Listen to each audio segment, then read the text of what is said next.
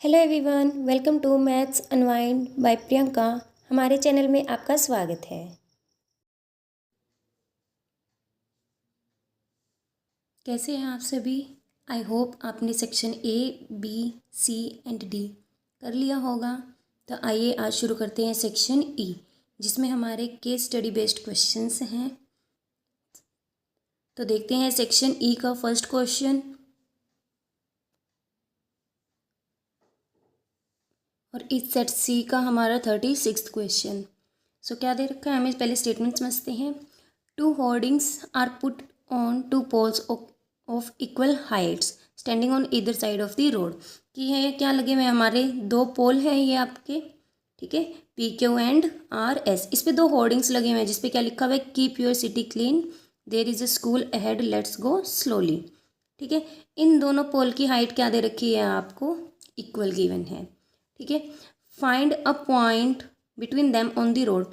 देखो ये जो दोनों पोल्स हैं ये इनका क्या है, फुट है। इनके बीच में जो ये है ये आपका क्या है, रोड है। इनके बीच में एक पॉइंट है ओ। इस तरीके से है कि आपका एक पोल से तो ये कितना एंगल बना रहा है, एंगल ऑफ एलिवेशन 60 डिग्री। और ये पॉइंट ओ आपका आर एस के साथ कितना एंगल ऑफ एलिवेशन बना रहा है, 30 डिग्री। नेक्स्ट हमें बोल रखा है हाइट ऑफ ईच पोल। हर दोनों पोल है उनकी हाइट क्या गिवन है आपको, 20। दोनों की हाइट सेम है तो यहाँ पे भी 20 मीटर लिख लिया और यहाँ पे भी क्या लिख लिया, 20 meter. Basis on above information, जो हमें ये इन्फॉर्मेशन अबव गिवन है इनके बेसिस पे हमें क्वेश्चन के क्या करने हैं, आंसर करने हैं। सो फर्स्ट क्वेश्चन क्या है हमारा, find the length of P O. P O किस ट्रायंगल में बन रहा है हमारा, पी ओ क्यू ट्रायंगल में। और यहाँ पे ये एंगल क्या है हमारा, 60 डिग्री। सो थीटा के अपोजिट हमारा क्या होता है, परपेंडिकुलर। और 90 के अपोजिट हमारा क्या होता है, हाइपोटेन्यूस। तो जो ये बच गया ये हमारा क्या होगा, यहाँ पे इस 60 डिग्री एंगल के बेस पे बेस होगा।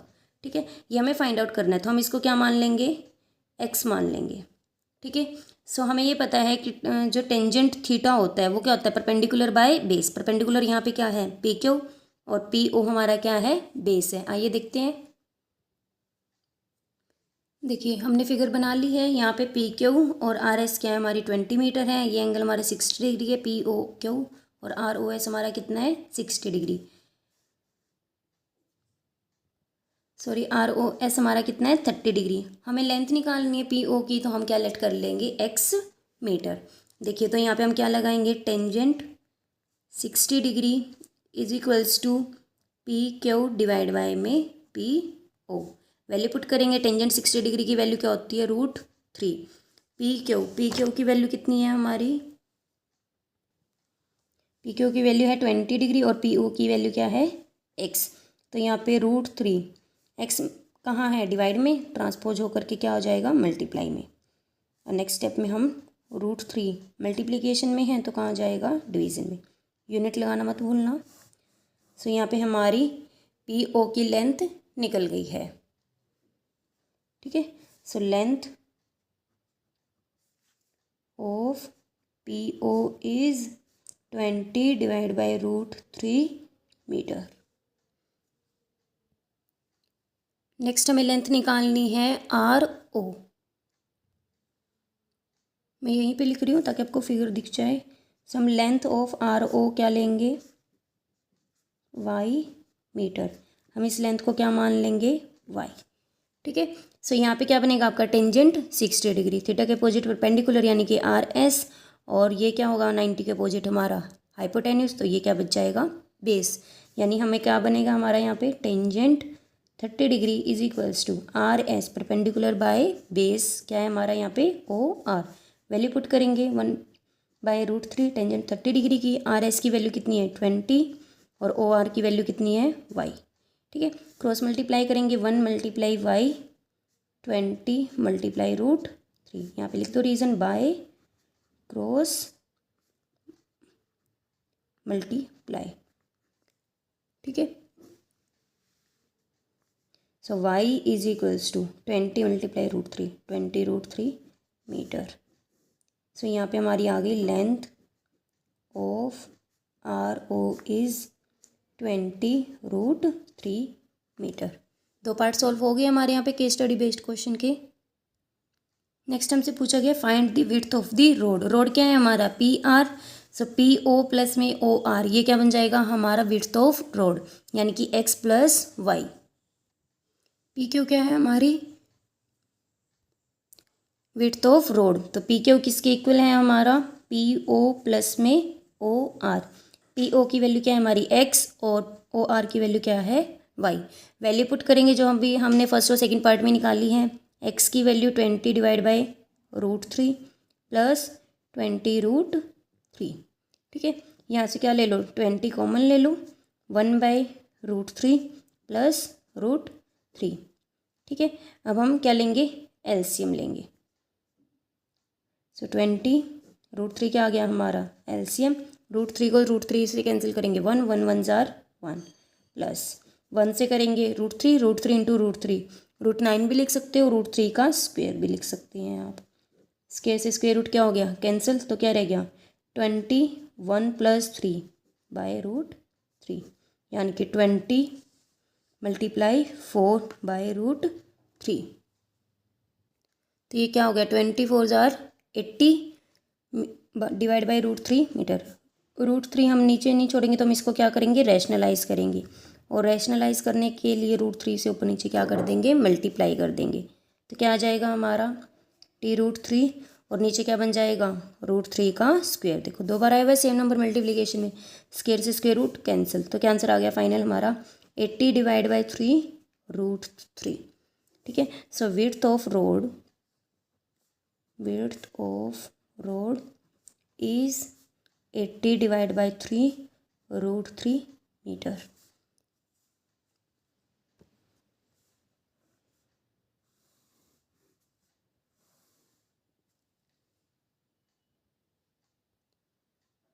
देखिए थर्ड पार्ट के और में ही बोल रखा है, if the angle of elevation made by P Q, जो ये पी क्यू पोल है हमारा ओ पॉइंट के साथ जो एंगल ऑफ एलिवेशन यहाँ पे 60 डिग्री बन रहा है, उसकी बजाय अगर ये 45 डिग्री बना है तो पी ओ की लेंथ हमारी क्या होगी।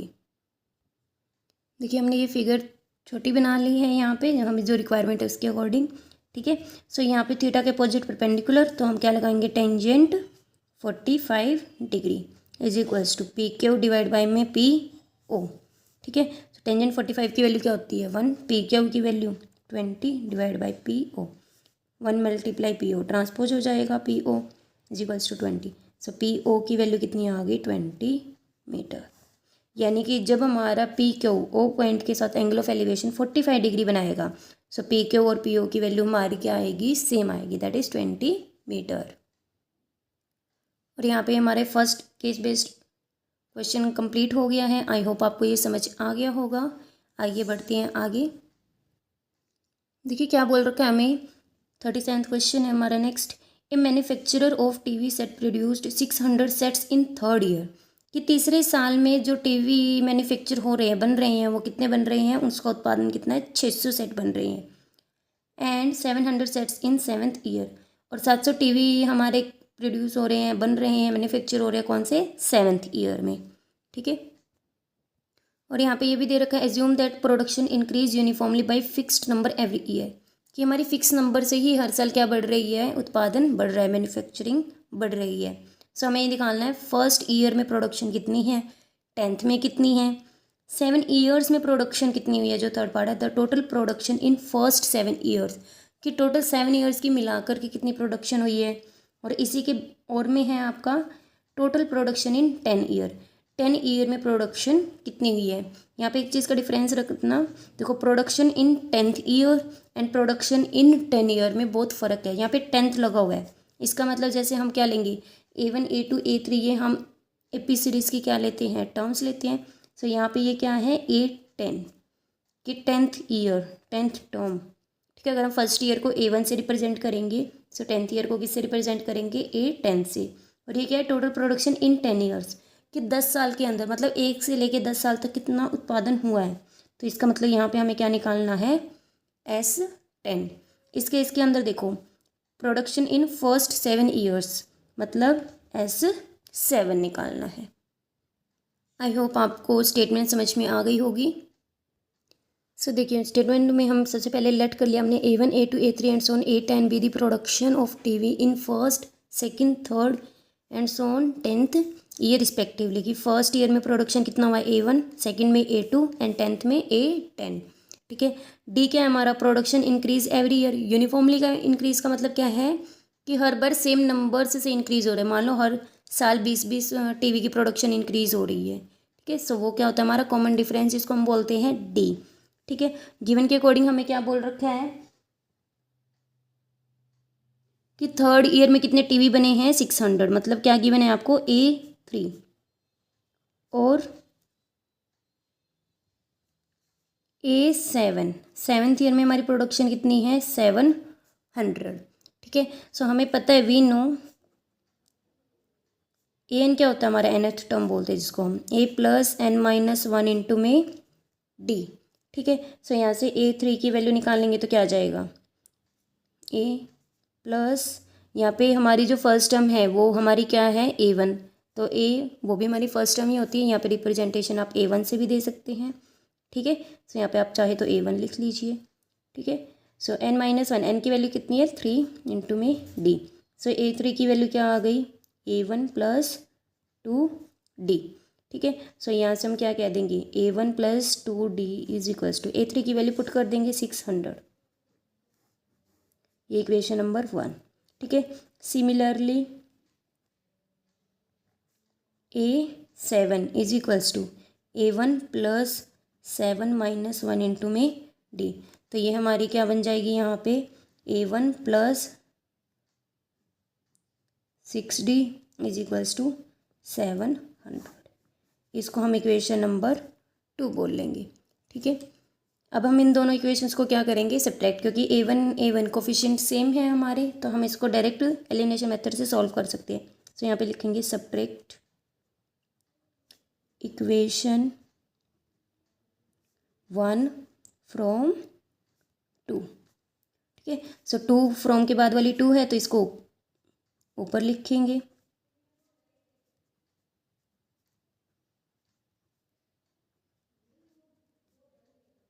ठीक है, सो इसको हम क्या करेंगे यहाँ पे सब्ट्रैक्ट करेंगे, साइन क्या हो जाएंगे चेंज हो जाएंगे। पॉजिटिव है नेगेटिव, पॉजिटिव है नेगेटिव, ये भी नेगेटिव, ये क्या हो गया कैंसिल। 6D में से 2D सब्ट्रैक्ट करोगे तो क्या हो जाएगा 4D इज इक्वल्स टू 700 में से 600 माइनस करोगे 100। ठीक है, सो D की वैल्यू यहाँ पे क्या आ गई 100। 4 मल्टीप्लीकेशन है, कहाँ चला जाएगा डिवीज़न में, सो कैंसिल आउट होकर के D की वैल्यू कितनी आ गई 25। ये D की वैल्यू फर्स्ट इक्वेशन में पुट करते हैं। So put value of D in equation first equation क्या थी हमारी A1 प्लस में 2D इज इक्वल्स टू 600। ठीक है, सो D की वैल्यू पुट करते हैं 600। A1 प्लस में 25 2 ज़ार 50। A1 की वैल्यू क्या आ जाएगी 600 माइनस 50, यानी A1 की वैल्यू कितनी आ गई 550। यानी द प्रोडक्शन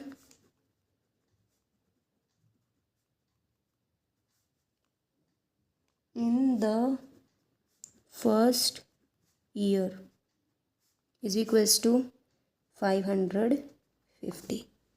ठीक है, नेक्स्ट क्या था हमारा प्रोडक्शन इन 10th ईयर, यानी कि हमें A10 निकालना है जिसकी वैल्यू क्या आएगी A1 प्लस में 9D। ठीक है, यहाँ पे आप लिख सकते हो ये 10-1 इंटू में D। ठीक है, वैल्यू पुट करेंगे, A1 की वैल्यू अभी निकाली है हमने, इन मल्टीप्लाई D की वैल्यू क्या है हमारी निकाली थी अभी पीछे 25। 550 25 9 ज़ार 225, तो कितना आंसर आ गया 775 ऐड करेंगे। सो A10 कि 10th ईयर में प्रोडक्शन हमारी कितनी हुई है 775। नेक्स्ट हमने निकालना था टोटल प्रोडक्शन 7 ईयर्स में कितनी हुई है। सो थर्ड पार्ट स्टार्ट करते हैं इसका A पार्ट। ठीक है, total production in first 7 years कितनी होगी S7। ठीक है, so here we know S N का क्या फॉर्मूला होता है, n/2 2a plus n-1 into D. S N की वैल्यू फॉर्मूले में पुट करेंगे, 7/2 2a की वैल्यू क्या थी जो हमारी a1 की थी, दैट इज़ 550 प्लस 7-1 इंटू में डी की वैल्यू कितनी थी हमारी 25। ठीक है,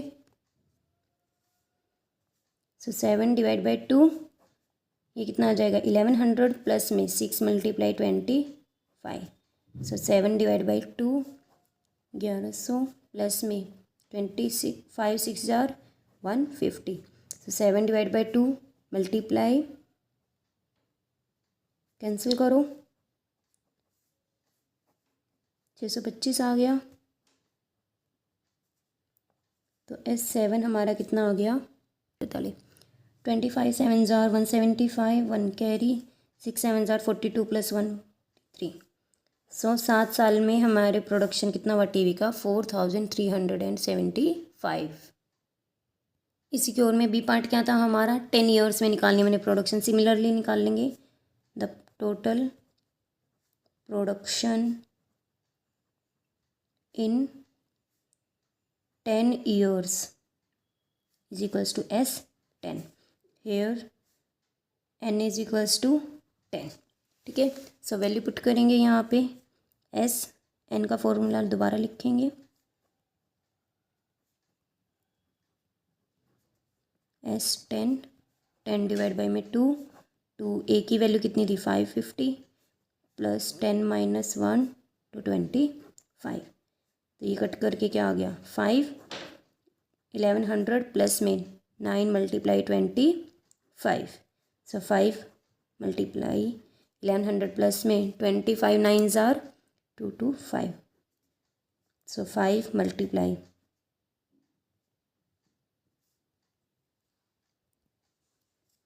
25 5s are 125, 1 carry 13 5s are 65 66, so S10 की वैल्यू हमारी ये आ गई।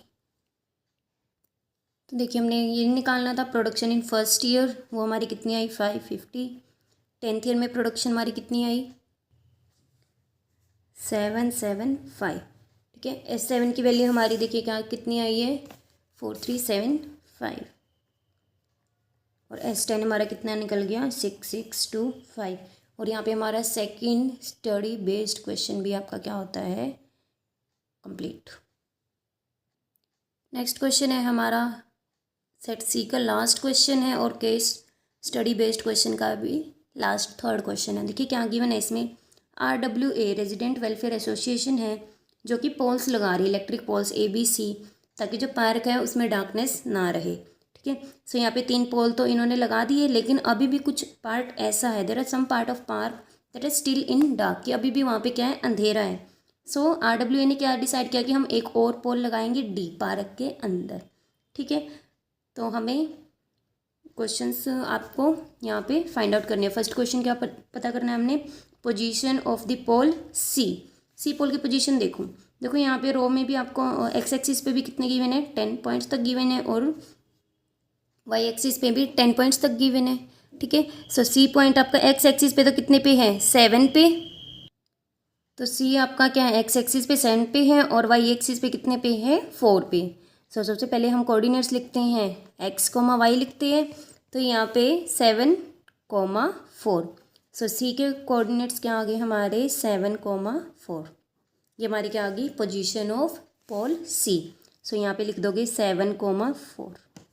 ठीक है, नेक्स्ट हमें निकालना है find the distance of the pole B from the corner O. Corner O, ये हमारा ओ कॉर्नर है मान लो।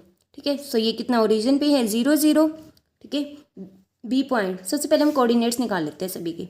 ए के कोऑर्डिनेट्स क्या बनेंगे 1 फर्स्ट में है, और यहाँ पे ये 5th में है, सो 1,5, और बी के क्या बनेंगे 4,9। तो यहाँ पे मैं एक बार लिख देती हूँ, ए के हमारे क्या है 1,5, और बी के कितने आए 4,9। ठीक है, देखिए मैं बी कोऑर्डिनेट 4,9 गिवन है, और ओरिजिन हमारा ओ क्या है 0 0। ठीक है, सो इसको एक बार यहाँ पे देख लीजिए, देखो ये बी है हमारा, और ये क्या है O 0 0। ठीक है, सो डिस्टेंस निकालनी है हमने इन दोनों के बीच की। सो बाई डिस्टेंस फॉर्मूला निकाल लेंगे। अगर आपको डायरेक्ट फॉर्मूला याद है कि ओरिजिन से किसी भी पॉइंट की डिस्टेंस निकालने का आपका डायरेक्ट फॉर्मूला क्या होता है, distance of a point from origin is square root, अगर हम इसको x और y कोऑर्डिनेट मानेंगे तो क्या आएगी, X square plus Y square. तो यहाँ पे हमें क्या है, हेयर x की वैल्यू कितनी गिवन है 4, y की वैल्यू कितनी है 9। So distance O B, distance O B कितनी आ जाएगी हमारी, स्क्वेयर रूट 4 का स्क्वेयर प्लस 9 का स्क्वेयर, यानी कि 16 प्लस 81, स्क्वेयर रूट 97। देखिए फर्स्ट पार्ट का आंसर आ गया हमारा 7,4, जो सी पॉइंट की पोजीशन बतानी थी पोल की और डिस्टेंस निकालनी थी ओरिजिन से, वो हमने निकाल दी √97। नेक्स्ट पार्ट हमें क्या बोला हुआ है, find the position of fourth pole so that 4 point A B C and D form a parallelogram. कि हम डी जो हम ये यहाँ पे लगा रहे थे पार्क के अंदर, ताकि अंधेरा जो थोड़े से पोर्शन में, ये डी लगा रहे थे कि थोड़े से पोर्शन में अंधेरा है वो भी ना रहे। सो वो डी की प्लेसमेंट कहाँ पे होगी, वो पोजीशन हमने क्या करनी है, फाइंड आउट करनी है। बोल क्या रखा है कि ए बी सी, और जो हमारा डी पॉइंट जहाँ पे भी आएगा हमारा, ठीक है, वो आपको पोजीशन फाइंड आउट करनी है। ठीक है, सो हमें सबसे पहले तो पैरेललोग्राम की प्रॉपर्टीज़ के बारे में पता होना चाहिए। पैरेललोग्राम की प्रॉपर्टी क्या है, जो हमारी साइड्स को लेकर के है कि अपोजिट साइड्स क्या होती है, पैरेलल एंड इक्वल। ठीक है, और सेकंड प्रॉपर्टी क्या होती है कि जो डायगोनल्स होते हैं ना, वो एक दूसरे को क्या करते हैं, बाइसेक्ट करते हैं।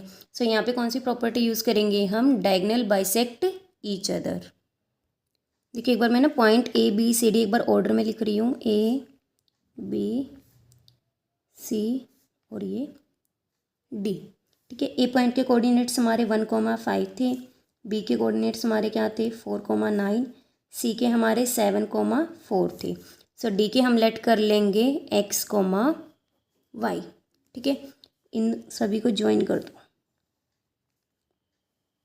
साइड्स वाले हम यूज़ इसलिए नहीं कर रहे, क्वाड्रेटिक इक्वेशन बनेगी 2 वेरिएबल्स में बनेगी और वो हम सॉल्व नहीं कर पाएंगे। ठीक है, सो यहाँ पे थर्ड पार्ट, सबसे पहले इसका ए पार्ट है, लेट कर लो the coordinates of fourth pole D is x, y।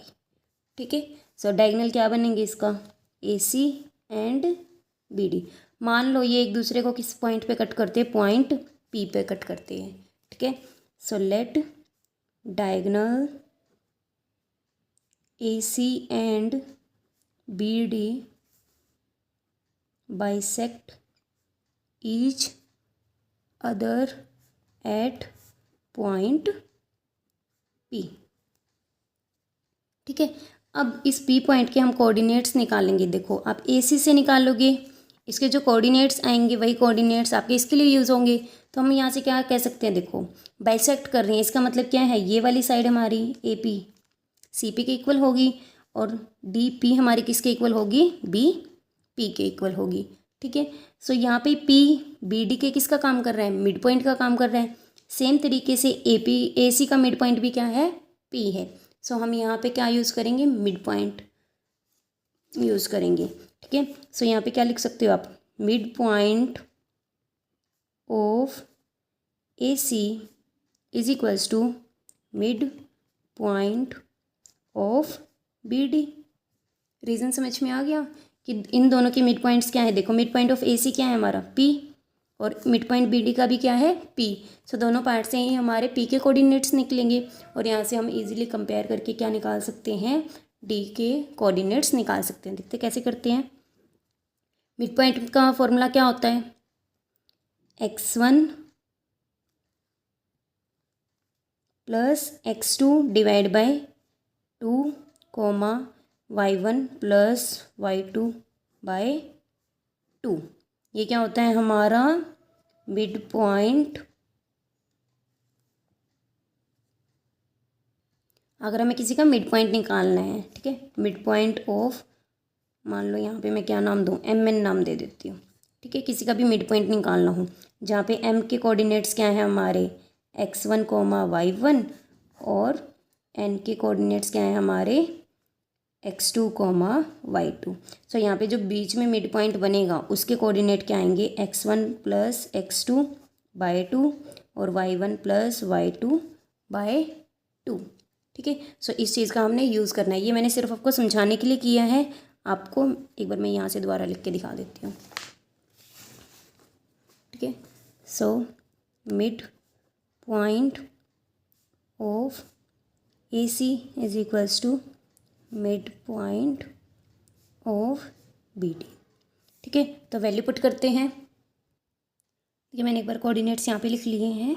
देखो A और C ये क्या है x1 और ये क्या है x2 AC के लिए।